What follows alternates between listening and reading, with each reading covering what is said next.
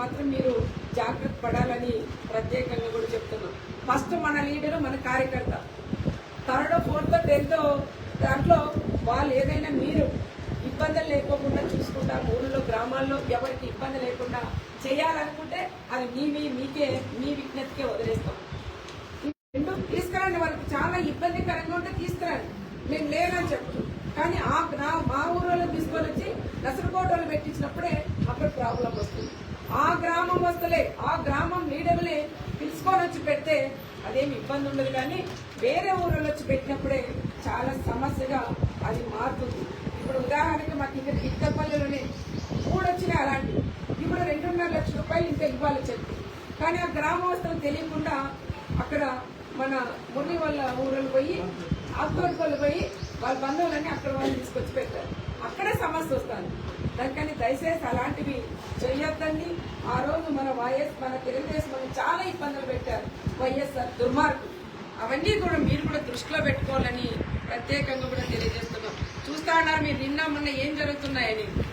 ఒక సైకో, ఒక దుర్మార్గుడు పాలన, ఒక తోపు అనే వ్యక్తి ఒక ఎంపీటీని కూడా తెలుసుకోలేకపోయినాడు. అంటే 8 మంది ఎంపీటీసీలు ఉన్నా మరి ఆయనకంతగా భయం వచ్చింది. నాకు ఒక ఆడమనిషికి ఇంత ధైర్యం ఉన్నప్పుడు ఒక మగవారికి ఎందుకంత భయపడి వాళ్ళు టూర్లు తీసుకోపోయినారో అర్థం కాదు. 8 మంది ఎంపీటీసీలు ఉన్నప్పుడు ఎందుకయ్యా నీకు అంత భయం?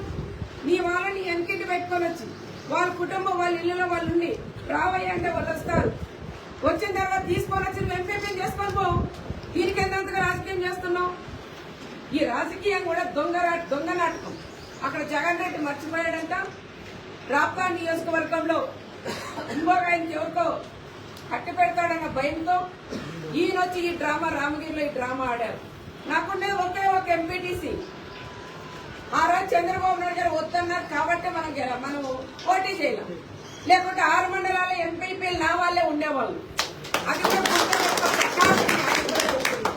ఆ డ్రామాలు ఆడవాళ్ళకి కొడవెళ్ళ పెట్టి మందలు పెట్టి ఆ రకంగా వాళ్ళని పంపించి బీసీలందరినీ నీ అన్నలేమో నువ్వు ఇంట్లో పెట్టుకొని బీసీని తీసుకొని వచ్చి గొడవకి ప్రారంభిస్తావా నువ్వు? ఇవన్నీ ఎవరికి తెలియదు అనుకున్నారా? ఈ గ్రామ ఈ కక్షలతోనే ఈ సైకో ఎవరైతే ఒక తోపున్నాడో ప్రకాష్ రెడ్డి అనే వ్యక్తి గ్రామాల్లో కూడా రెచ్చగొట్టి ఈ రకంగా కూడా చేశారు. మొన్న అనుకోకుండా జరిగిన సంఘటన, దాన్ని కూడా ఒక ఫ్యాక్షన్ ముద్రకేశారు. చరిత్రలోనే రామగిరి మండలంలో ఒక ఫ్యాక్షన్ అనేదే లేదు, ఒక ఫ్యాక్షన్ మర్డర్ అనేదే లేదు. కానీ అనుకోకుండా జరిగిన సంఘటనలో అది ఒక ఫ్యాక్షన్ గా సృష్టించి ఒక పరిటాల కుటుంబం మీద వేయడం అది ఎంతవరకు సహజమో ఒక్కసారి మీరు కూడా ఆలోచన చేయాలని కూడా నేను చెప్తున్నా. నిన్న మాట్లాడినారు సూపర్ మంచి మాట్లాడాడు, క్లారిటీగా ఆయన చెప్పాడు. నీ రాజకీయం గురించినే ఈ రోజు ఒక పరిటాల కుటుంబం బలి చేస్తున్నారని నువ్వు చెప్పడం కాదయ్యా. ప్రతి ఒక్కరికి మా కుటుంబం ఏం చేస్తుంది, సునీతమ్మ ఏం చేస్తుంది, శ్రీరామ్ ఏం చేస్తున్న విషయాలు ఒక్కసారి తెలుసుకోవాలి. మేము బిజీగా ఉన్నాం.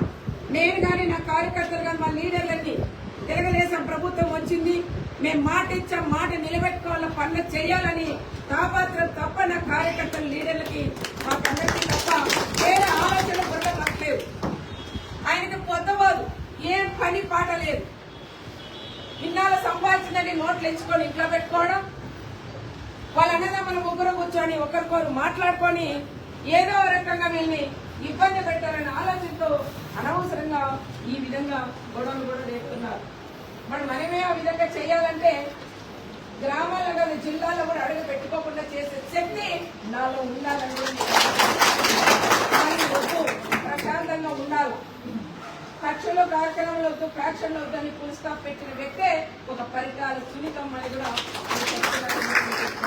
ఎవరికైనా మీరు కూడా చెప్పాలి ధైర్యంగా, మా గొడవలు వద్దు, కక్షలు వద్దు, రాజకీయంగా మీరేదో చేసుకోవాలని అనవసరంగా కుటుంబాలు కూడా లాగితే అది మంచి పద్ధతి. వారి కులాలు లింగమయ్యకి ఆయనకంటే ఒక మధ్యగా లింగమయ్య ఆయన తీసుకొని వచ్చి కులగ లింగమయ్య, అమ్మ సునీతమ్మ ఇట్లాంటివన్నీ ఏందయ్యా నీకు కులాలతో పనేముంది?